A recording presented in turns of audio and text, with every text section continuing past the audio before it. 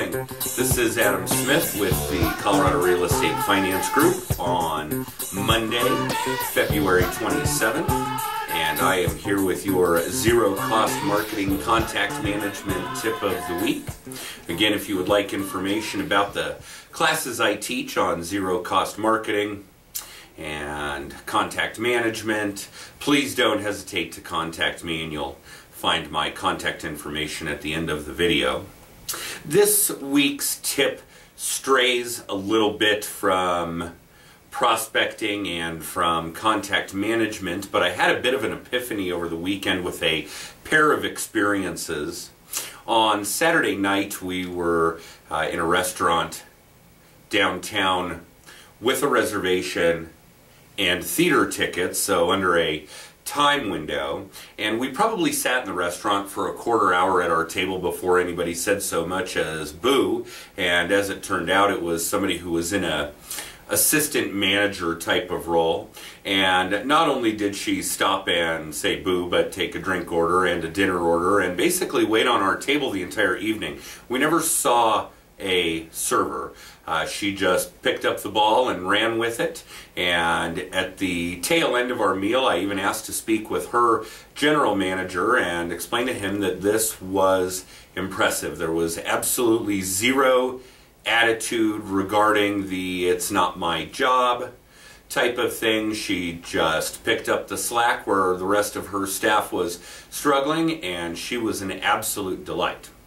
However, on the flip side, my son and I accompanied my wife to the grocery store because we're not allowed to go unsupervised, and she had made a comment about not wanting to get into the shortest line to check out because of how rude the cashier was. Now that startled me. I can't imagine that a busy grocery store cashier could remember it, but apparently could remember an individual, but apparently it's happened on a couple of occasions. And it seemed to me that while the grocery store chain may very well need this employee who's probably been a cashier for a great number of years and is a workload asset to the company that way, just obviously not one from a customer service perspective, that I was seeing these two opposite sides of the customer service chain. And I would prefer to think that my business follows the first, as should yours. If you're a mortgage broker, are you calling all your clients this time of year to make sure that they got everything they needed for their tax returns? Realtors, you should probably be doing the same. So really, pick up the ball and run with it, even when somebody else drops it.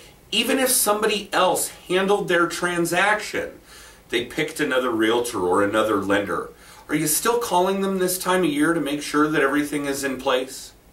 Lenders, are you calling them to make sure that their lender that they did choose at least set them up for a streamline, or where they could do an IRRRL, something like that, and not necessarily refer the business out, but just make sure that people are taken care of? It's really a very common theme. And we've always believed here that as long as we take care of our clients, whether they've used us or not, our contacts, mind you, then the rest just falls into place. So pick up the slack, run with the ball, be courteous, exuberant customer service. These are the kinds of things that came into the forefront of my mind over the weekend. So there's the tip. Don't be the grocery store clerk. Do be the restaurant assistant manager. And do have a wonderful week.